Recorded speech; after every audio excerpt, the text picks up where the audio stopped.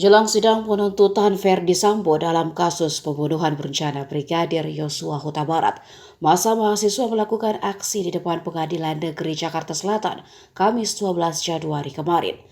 Massa yang tergabung dalam Aliansi Mahasiswa dan Pemuda Peduli Hukum Republik Indonesia mendesak agar hakim dan jaksa penuntut umum menuntut terdakwa pembunuhan Verdi Sambo dengan hukuman seberat-beratnya. Mereka juga membawa spanduk bertuliskan JPU tuntut hukuman mati Verdi Sambo CS. Koordinator aksi menyampaikan bahwa JPU mesti menuntut seberat-beratnya Verdi Sambo CS dan tidak percaya sandiwara yang dimainkan oleh para terdakwa.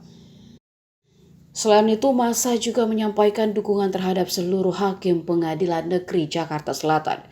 2 jam setelah menyampaikan orasi mereka, massa terlihat membubarkan diri dengan tertib dan berjanji akan datang kembali pada pembacaan tuntutan Verdi Sambo pada Selasa pekan depan.